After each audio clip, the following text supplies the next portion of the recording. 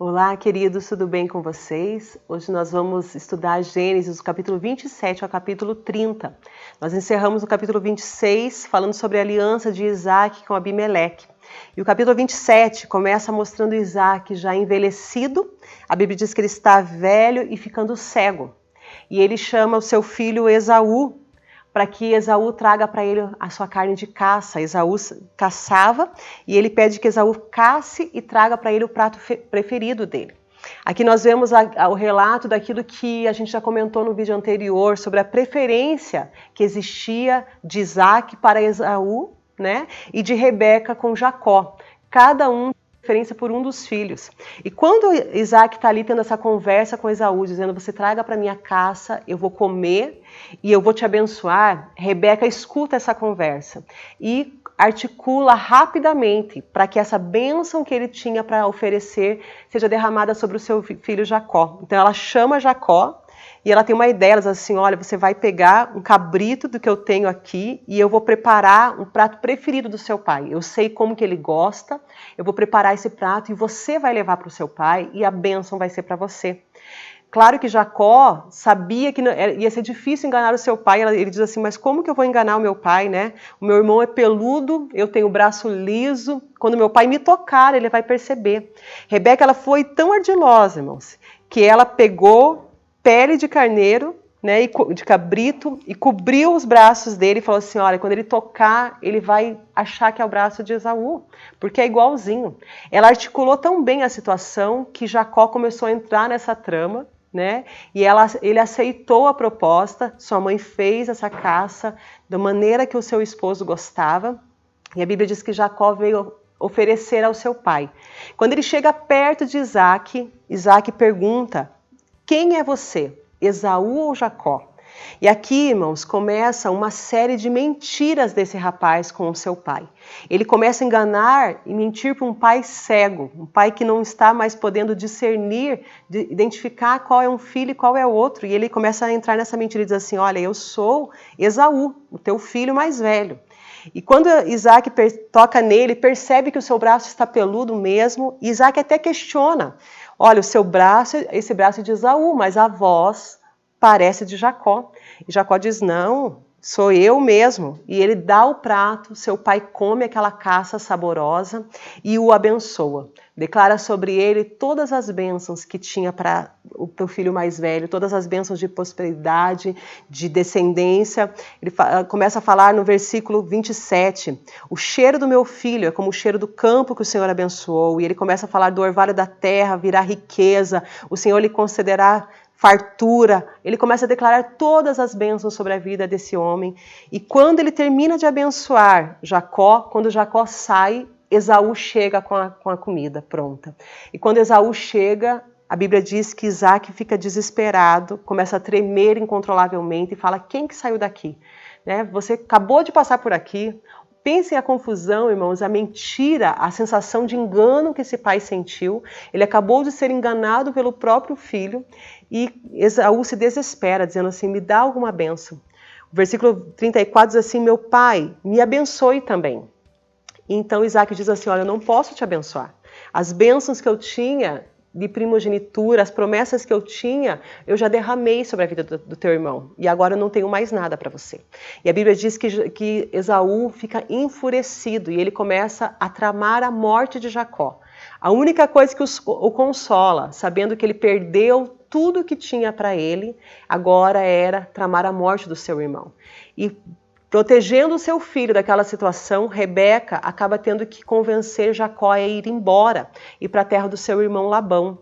E aqui, irmãos, nós vemos já em seguida a consequência, uma das consequências do erro de Rebeca. Ela quis tanto defender Jacó, quis tanto que Jacó fosse abençoado, e agora ela ia perder a convivência com Jacó, porque ela teve que mandar Jacó embora, morar longe dela, e na continuação da palavra nós vamos ver que ela nunca mais viu Jacó. Ela nunca mais pôde estar com o seu filho, ela perdeu a convivência com o seu filho porque quis protegê-lo à custa de enganar o outro filho e de enganar o seu marido. No capítulo 28, então, Isaac acaba permitindo que Jacó vá embora, e Jacó vai para a família, né, da sua mãe procurar guarida, e chega até Betel. Ali o Senhor lhe dá um sonho, né? Nós já ouvimos muitas vezes falar sobre esse sonho, que uma escada sobe até ao céu. E no capítulo 28, Deus faz promessas para ele. Deus promete que daria a ele descendentes, que faria da descendência dele tão numerosa quanto o pó da terra, e eles se espalhariam por todas as direções. Todas as famílias da terra seriam abençoadas por intermédio dele, e que Deus o protegeria e um dia traria ele de volta para a sua terra. Deus sela uma aliança aqui com esse homem. Apesar de todo o engano de Jacó, dele ter mentido para o seu irmão, para o seu pai, agora ele estava fazendo uma aliança com Deus, porque Deus tinha um propósito para a sua descendência. E Deus permitiu que toda essa situação acontecesse, dele sair de perto da sua mãe, do seu pai, para que Deus pudesse tratar com esse rapaz, que claramente tinha falha de caráter, né? Enganador, mas Deus precisava tratá-lo, Deus precisava convertê-lo para que os propósitos de Deus pudessem se cumprir através da vida dele. Então ele faz um voto com o Senhor, que está no final do capítulo 28, que se de fato o Senhor for comigo e me proteger nessa jornada e me providenciar alimento e roupa e eu voltar são e salvo à casa do meu pai, certamente o Senhor será meu Deus. E essa coluna memorial que eu levantei nesse lugar será de adoração e eu darei ao Senhor a 10ª parte de tudo que o Senhor me der. Jacó faz uma promessa para Deus: se o Senhor me prosperar onde eu estou indo, eu vou ser dizimista e eu vou servir o Senhor será meu Deus. Irmãos, essa palavra, o Senhor será meu Deus, é algo tão significativo no livro de Gênesis e em todo o Velho Testamento, porque existiam tantos deuses que eram cultuados, como existe nos nossos dias. E quando um homem dizia, o Senhor será o meu Deus, ele estava dizendo assim, eu não vou mais adorar outros deuses, eu não vou servir outros deuses a não ser o Senhor. E o Senhor selou uma aliança com Jacó nesse dia. Deu a ele tudo aquilo que ele pediu. No capítulo 29, Jacó chega a Padã-Arã, né, e quando ele está num poço ali, à espera de alguém que lhe desse água para beber, a Bíblia diz que chega uma pastora de ovelhas, Raquel, e quando ele consegue conversar com ela e descobre que ela é da família de Labão, filha de Labão, que era irmão da sua mãe, ele então chora, abraça ela e essa moça leva ele para a casa de Labão. E ali Labão o recebe, né, com todo amor, com todo carinho, né, sabendo que ele era seu sobrinho, e acaba fazendo com ele uma aliança. Na continuação do capítulo 29, Jacó pede um trabalho para Labão, né? E Labão pergunta: o que você quer? Né? O que você quer receber? Olha só, irmãos, o que diz o versículo 15. Você não deve trabalhar de graça, porque somos parentes. Me diga qual é o seu salário. E aqui, Jacó faz uma proposta inusitada para Labão. Talvez Labão nem esperasse essa proposta. Ele pergunta: o que você quer receber de salário? E Jacó diz assim: olha, eu quero casar com a sua filha Raquel. Jacó com certeza chegou ali e viu a aparência de Raquel, uma jovem bonita, uma pastora de ovelhas, e ele diz assim: eu vou trabalhar para casar com a sua filha.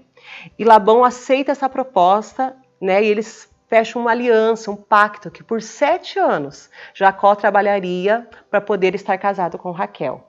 E quando esses 7 anos passaram, a Bíblia diz que esses 7 anos para ele pareceram dias, passou muito rápido.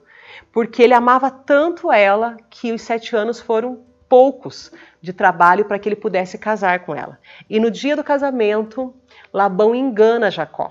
Quando Jacó está lá na noite de núpcias, achando que é com Raquel, que ele vai usufruir aquela noite, ele descobre que ele se casou com Lia, a filha mais velha de Labão. Aqui nós vemos o enganador sendo enganado.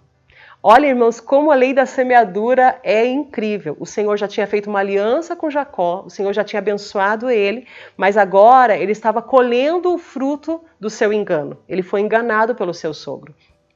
E quando ele foi questionar, ainda Labão argumentou, disse: não, aqui a gente casa primeiro a filha mais velha, né, e depois a mais nova. Então ele faz uma proposta: você quer ter Raquel mais 7 anos de trabalho.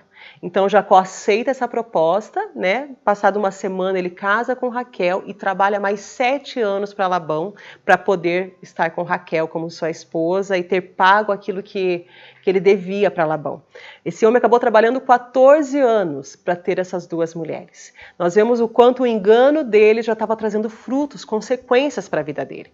Depois desse período de 14 anos trabalhando, ele quer ir embora, né? Porque ele já se sente trabalhando demais para enriquecer o seu senhor. Labão, seu sogro, acaba ganhando muito, porque Deus abençoava todo o trabalho das mãos de Jacó. E eles começam a questionar a questão ali de estar enriquecendo, né? Ele começa a questionar a questão de estar enriquecendo somente Labão e não ter nada. Então Labão faz para ele uma proposta, né? Você quer ter um salário? Trabalhe para mim em troca de algo. E ele faz uma proposta para Labão. Ele diz assim, olha, todas as cabras que nascerem, malhadas, salpicadas, vão ser minhas. E a Bíblia diz que Labão aceita e Deus começa a prosperar aquilo que era do rebanho de Labão nas mãos de Jacó, sendo dele. Tudo aquilo que era de ovelha salpicada, manchada, seria de Jacó.